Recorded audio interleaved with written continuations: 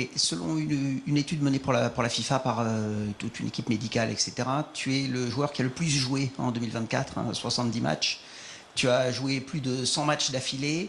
Et je ne veux pas parler de calendrier, mais est-ce que la blessure que tu as subie en fin de saison dernière et qui t'a privé du Final Four de Ligue des Nations est ta première blessure un petit peu sérieuse, alors que de la vie générale, par exemple, Cyril Moine l'a dit à Ouest France, tu es un staccanovis, tu travailles énormément, tu fais très très attention à ton corps. Est-ce que ça t'a un peu gonflé cette blessure-là? Bonjour.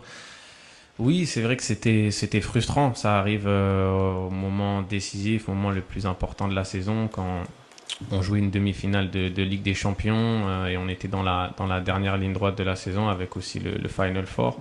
Donc bien évidemment, ça m'a frustré. Surtout après, ça arrive juste après un haut, comme j'ai pu connaître après la victoire contre Madrid en Coupe du Roi. Donc c'est aussi la limite de jouer autant. J'essaie de contrôler le maximum de choses, mais il y a aussi des fois où le corps il dit stop, même si il y a toujours des choses qu'on peut mieux faire, mais c'était un enchaînement assez rapide entre la finale de Coupe du Roi qu'on a fini très tard, bien évidemment, où on était très contents, on a eu du mal à dormir, et puis cet enchaînement qui vient 3 jours après avec la demi-finale de Ligue des Champions contre l'Inter. Donc c'était frustrant, mais voilà, maintenant j'ai bien récupéré. Et puis ça fait partie du quotidien de se blesser. Il y a des choses des fois où c'est compliqué d'éviter, même si on met tout de son côté. Bonjour Jules, Nicolas Georgerot, RTL.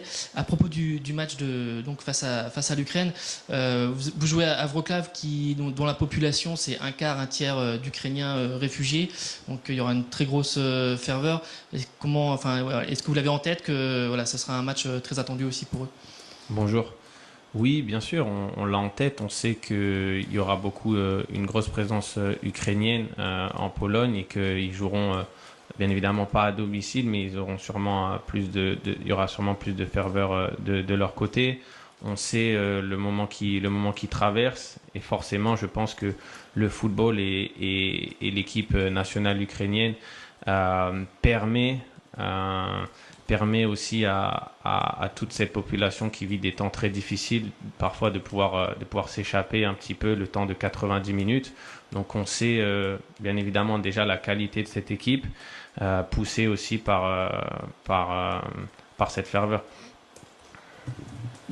Bonjour Jules, Arthur Perrault, RMC. Bonjour. Tu évolues dans un club où il y a Lamine Yamal, tu évolues dans une sélection où il y a Ousmane Dembélé.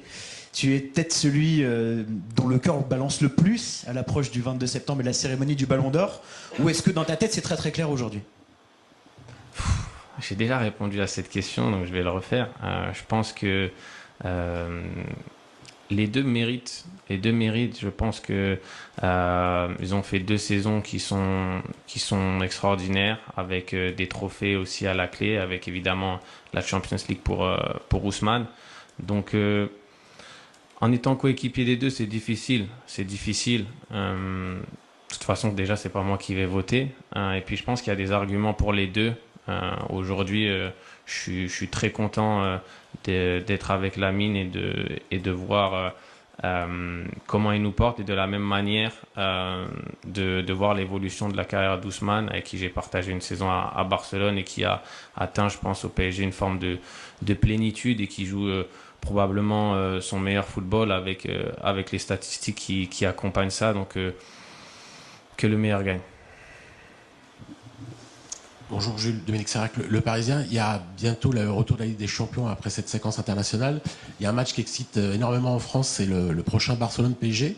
Est-ce que vous aussi, entre le finaliste et le demi-finaliste, entre deux vainqueurs potentiels, c'est un match que